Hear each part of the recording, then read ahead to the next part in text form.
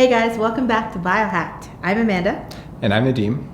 So, before we begin, did you catch last week's episode on a full day of cold immersion? If you haven't done so, make sure you check out our YouTube channel, and the episode is up live. So, we had a lot of fun filming that episode. For sure. How was it for you? It was definitely very tough. It was an extremely cold day, but I think that starting it off with the cold showers in the beginning and just kind of slowly going through the day, I just felt stronger and stronger. So when we finally got to Lake Ontario, it wasn't as difficult as I thought it would be. Especially once I got in, because my body completely went numb and I couldn't really feel anything. And so it was just a matter of getting back to the shore and drying off, and that's when I felt really, really good. Did you feel like giving up at any point? Honestly, no.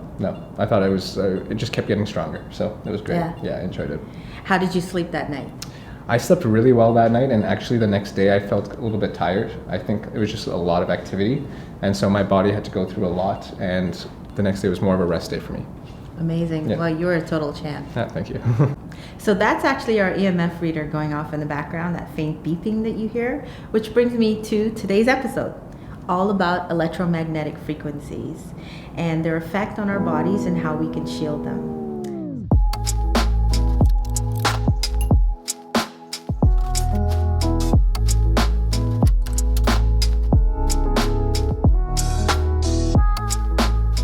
There are three main types of electromagnetic fields.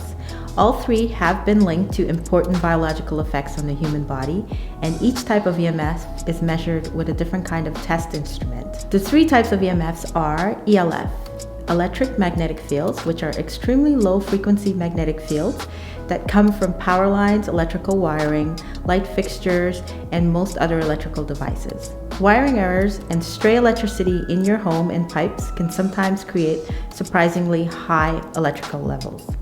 The second type of EMF frequency is called ELF, electric fields. These are often involved with people who feel sensitive to electromagnetic sources.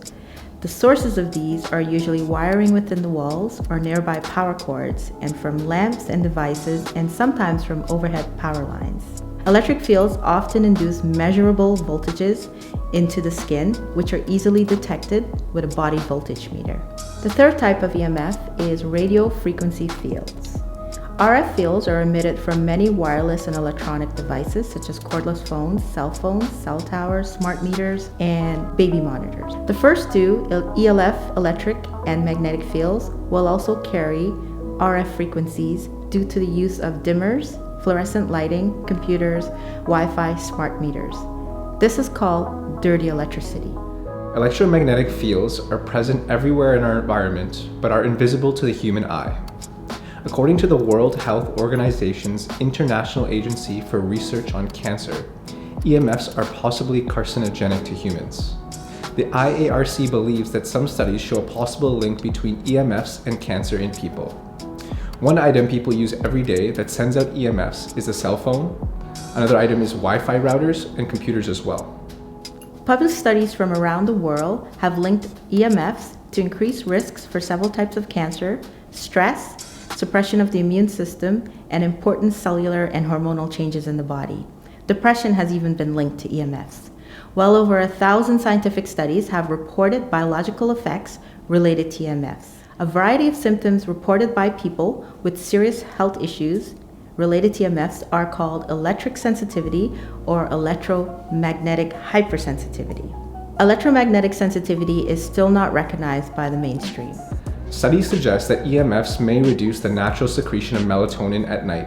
Lowered melatonin has been linked to suppression of immune function, increased risk for several cancers, and also depression and psychological disorders. Common symptoms include sleep problems, headaches, fatigue, dizziness, nausea, anxiety, irritability, difficulty concentrating, mental confusions, loud ringing in the ears, and tinnitus.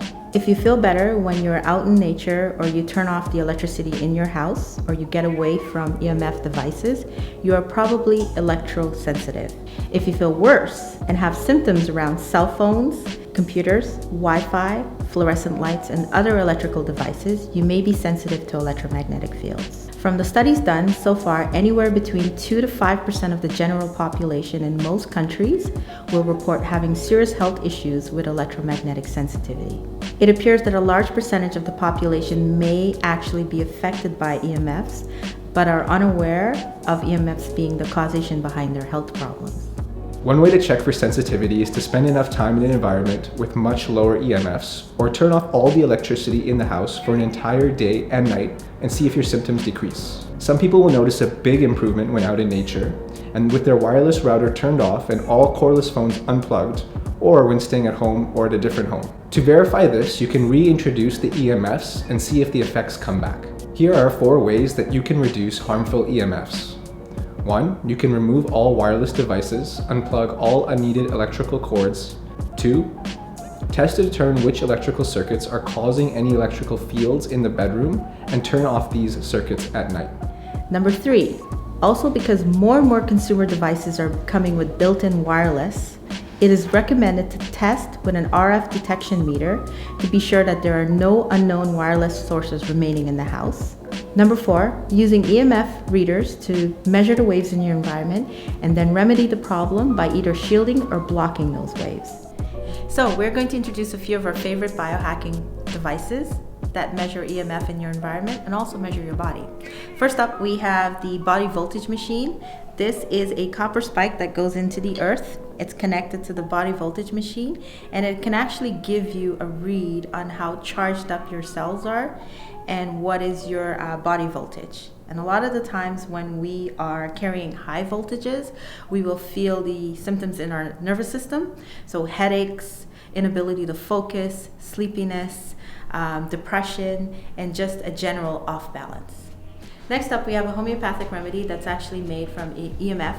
If you don't know much about homeopathy, check out our previous episode on how the medicine is made. So this is X-ray. This is taken and can be taken when the body feels overwhelmed by EMFs. Also when there's any type of X-ray or MRIs or scans that are usually done. I'll personally take it after the appointment. So next up we have a heel grounder. So what you would do is you would just put this on the bottom of your heels and walk around, and this essentially conducts the energy from the earth into your body and helps to ground the body. So next up we have EMF shielding, not blocking, which means that you can still actually use your phone. It's an EMF shielding phone case. So you slide it up to access your phone, and then while your phone is in use, it shields the EMF from your ears. So I have a toddler at home, and whenever she does screen time, my concern is exposure to EMFs. So this is a shielding screen.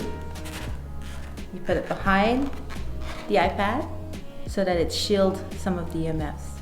Okay, so up next we have blackout patches. Nadim, where do you keep your phone? I keep it right here.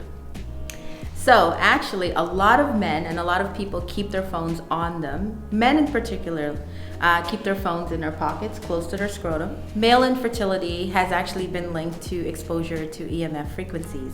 So a really good idea is actually to get these blackout patches, and you can actually put them on the back of your phone so that your phone is actually facing your leg with the blackout patches. So what happens is these will conduct and bounce and block the waves from going into your skin and your scrotum. So this is an EMF reader, and what it does is it measures 3 waves: RF, AC, and EMF. And it can actually show you in graphs and also data measurements about the EMF in your environment. This is a green wave filter. What it does is interrupt the AC currents flowing through the house. It is advised to keep these about 6 feet away from your bed, and what this will do is decrease the dirty electricity in your house, and you can use the EMF reader to tell how it's being decreased. Thanks for joining us on today's episode. Make sure you hit that like button and drop us some comments on your biohacking journey. And if you'd like to know more about purchasing some of the devices we've shown, reach out to us and contact us on social media. Don't forget to stay tuned for our next episode. Please follow us on Instagram and subscribe to our YouTube channel, Biohacked, by clicking below.